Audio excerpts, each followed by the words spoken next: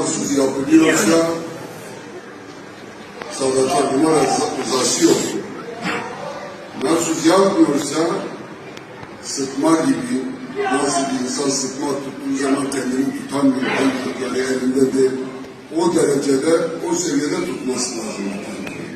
Öyle muhabbeti geldi, bağırma, çağırma, öyle bir şey yok bu kabulde. Kimse böyle bir şey yapmaz. Buralar salatı meclisidir, öyle ters hareketler yapılmaz. Salatlar hiçbir zaman razı değil.